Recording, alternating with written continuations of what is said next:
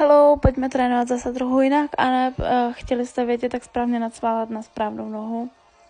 Můžete nacválat z kroku, ze zastavení a i z klusu, záleží na vás, ale u toho se používají různé pomůcky. Pojďme popsat tohle nacválání z kroku. Levá noha, to je ta vnitřní, tak pobízí na podbřišníku, je vážně vepředu na podbřišníku a jenom koriguje tempo.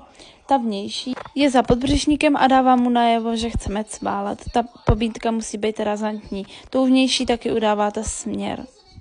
Tady dělám kruhy změnit ve cvalu a i s přeskokem a všimněte si, že jsem si tu vnitřní nohu dala teď dozadu za podbřišník. Je to kvůli tomu, že měním směr, tudíž moje vnitřní je teď vnější.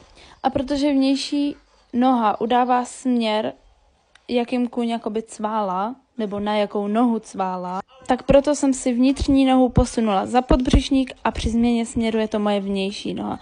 Jinak tady je to trošku přehnaný, ale Joey se to učí, takže tu nohu posunu prostě vždycky trošičku dál, aby to jako procítil. Jinak čím častěji to budete dělat, tím víc zkušenější kůně a pak jsou potřeba menší a menší pobídky. Potom při běžném cválání by to tak mělo být i kvůli kruhům a podobně. Vnější noha by měla být stále mírně za podbřišníkem a na kruhu, pokud potřebujete, si ji můžete dát malinko dál za podbřišník. Tady je na cválání z klusu, to funguje úplně stejně, jenom tady jsem cválala z druhé ruky, jakoby. Tudíž vnější a vnitřní tam je obráceně. Taky nezapomínejte, že když chcete nacválat z klusu, tak musíte zasednout před tím nacváláním a nezapomeňte na to, že nesmíte klusat příliš rychle, musí to být korektní. A jako tip, pokud vám kůň nacválává na špatnou nohu, zkuste nacválávat v obratech nebo v rozích.